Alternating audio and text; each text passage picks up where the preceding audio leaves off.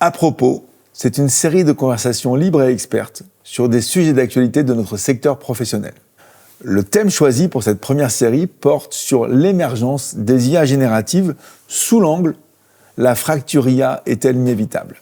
Ce que je veux désigner par fracture IA, c'est l'écart a priori irréductible entre les individus, les organisations ou voire les territoires qui auraient accès à ces technologies de ceux qui en seraient éloignés ou exclus. Ce phénomène, nous l'avons déjà vécu avec l'émergence du numérique.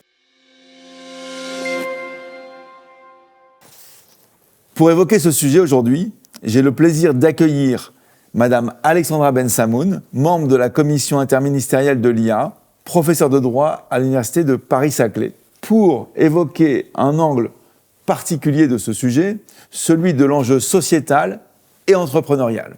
Alors Alexandra, avant de commencer les questions, j'aimerais avoir votre regard sur justement ce thème et sa façon d'être posé concernant la fracture IA.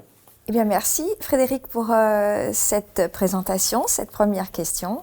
Moi, je trouve l'approche particulièrement pertinente parce qu'on est ici face à un événement majeur de la société. On est face à une technologie disruptive qui va modifier à la fois les usages, mais les usages personnels, familiaux, sans doute les usages d'apprentissage et puis les usages entrepreneuriaux, vous l'avez dit vous-même.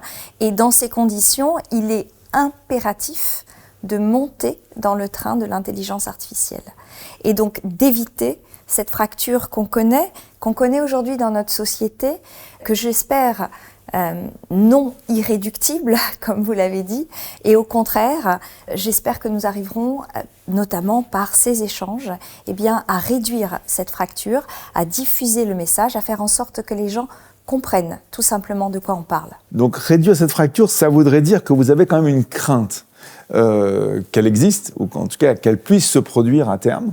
Cette crainte, vous la matérialiseriez comment ? D'abord, l'intelligence artificielle, c'est beaucoup de fantasmes, oui. Déjà. On peut commencer par là. Il faut prendre conscience de ce qui existe déjà. Nous avons une intelligence artificielle qui est une intelligence artificielle faible, qui est non consciente, mais qui est déjà suffisamment importante pour qu'on y réfléchisse, pour qu'on agisse au niveau européen, pour qu'on régule son usage. Donc déjà, peut-être, pour moi, ça passe beaucoup par la compréhension. Essayons de comprendre là où on est et à partir de là, on pourra réduire cette fracture. Beaucoup entretiennent encore des fantasmes qui sont plus de la science-fiction que de la réalité. L'IA est un outil formidable qui va nous permettre des choses incroyables, sans doute des progrès, sans doute une croissance économique. Mais l'IA est aussi un vecteur parce que la technologie est forte, présente des dangers de manipulation de comportement, des dangers, peut-être vous aviez entendu parler aux États-Unis, ce fameux système Compass pour l'évaluation de la récidive en matière pénale. Bon, voilà. Je crois qu'il est important de dire que parce que la technologie est forte, les usages doivent être encadré, compris. C'est l'objet de votre mission, en fait, à la fois de dire et de proposer une façon d'avancer sur ces technologies pour garder un minimum de contrôle ou en tout cas de maîtrise, et d'autre part, de les réguler pour qu'on n'en fasse pas n'importe quel usage, et justement que ce soit au bénéfice du plus grand nombre. C'est ça. Et c'est surtout votre travail par rapport à l'Europe aussi, pas seulement pour la France, mais pour l'Europe, pour que ne rentre pas sur notre territoire n'importe quel type de technologie ou d'usage. Exactement. Et c'est aussi la démarche qu'on a suivie au sein de la commission interministérielle de l'intelligence artificielle, c'est qu'on a d'abord voulu dédiaboliser l'IA, mais pour autant sans verser dans l'angélisme. C'est-à-dire qu'il faut être éveillé. Que peut-on faire pour installer la révolution intelligence artificielle en France, en Europe, dans de bonnes conditions. Dans de bonnes conditions, sans en craindre les conséquences. Et dans ce cadre, il me semble en effet que le règlement qui est en finalisation, qui sera dans quelques jours définitivement adopté au sein de l'Union européenne, le règlement AI Act, participe de cette démarche vers une implémentation de la technologie sur le marché européen. Ce qui veut dire qu'entre les efforts de conscience et donc les actions qui vont découler de cette conscience en France comme en Europe, cette capacité à se protéger de n'importe quoi, ou en tout cas de faire émerger quelque chose qui serait pour un bien collectif, vous rassure sur l'avenir de nos entreprises, l'avenir de nos concitoyens ou l'avenir d'un pays comme le nôtre, où vous imaginez quand même que ces efforts sont tellement importants qu'ils ne pourront pas tous être faits. Et donc, je sais bien que la réponse sera un peu mitigée, mais ils ne pouvant pas être faits, ces efforts ne vont pas permettre forcément qu'on atteigne ces objectifs. Peut-être on peut se positionner à deux niveaux, au niveau de la France et puis au niveau de l'Europe. Au niveau de la France, de manière évidente, nous avons un retard par rapport à des grandes puissances de l'IA. On pense bien sûr aux États-Unis, à la Chine. On le sait, les investissements en France ne sont pas suffisants et la commission IA a recommandé d'augmenter de manière tout à fait notable les investissements. On investit à richesse comparable 3 à 4 fois moins que les États-Unis dans l'intelligence artificielle. Donc de manière évidente, oui, il y a un effort pour prendre le train de l'intelligence artificielle et pour ne pas le regarder passer.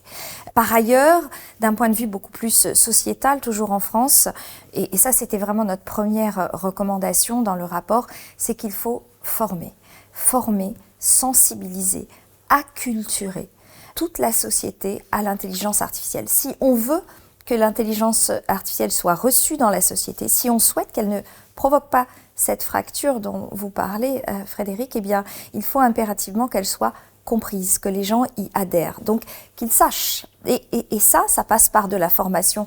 Et on disait, mais de la formation de la maternelle jusqu'au plus vieil âge. En formation initiale, mais aussi en formation continue, formation tout au long de la vie, formation dans les territoires, formation pour les agents publics, formation pour vos employés. Eh bien, tout le monde doit être formé à l'intelligence artificielle, tout le monde doit comprendre de quoi on parle, aussi pour éviter le fantasme. Donc ça, c'est vraiment le point de vue français. Et puis vous avez le point de vue européen, et moi je suis persuadée que la régulation va aider les entreprises, et pour discuter très souvent avec des chefs d'entreprise, et récemment encore à l'occasion d'un dîner avec un certain nombre de chefs d'entreprise, j'entendais des chefs d'entreprise me dire, nous, ce qu'on veut c'est savoir exactement ce qu'on peut faire, ce qu'on ne peut pas faire, exactement. Et comment on peut le faire. Parce que avoir un encadrement, ça nous rassure. Donc si je peux me permettre de synthétiser vos propos, vous dites nous sommes éveillés, et c'était quand même le point de départ. Nous avons des moyens d'agir, même si il en faudrait toujours plus. Bien sûr. Nous sommes capables de former notre jeunesse, donc nous sommes capables d'éviter les affres, on va dire, ou en tout cas les plus grands dangers d'une fracture de l'IA. C'est ce que je pense. Alors, c'est vrai que j'ai un tempérament assez optimiste en général, parce que je pense qu'on construit. Et on est vraiment avec l'IA dans une dynamique, dans ce chemin. Exactement. Tout est ouvert. Il nous appartient de nous saisir de la technologie et d'en faire ce qu'on souhaite en faire. Il ne faut pas oublier que l'IA, c'est un outil. Oui. L'IA sera ce que nous décidons qu'il sera. Ce sera le mot de la fin. Je vous remercie Alexandra d'avoir consacré du temps à cet échange. Merci. Et à bientôt. Au revoir. À bientôt. Au revoir.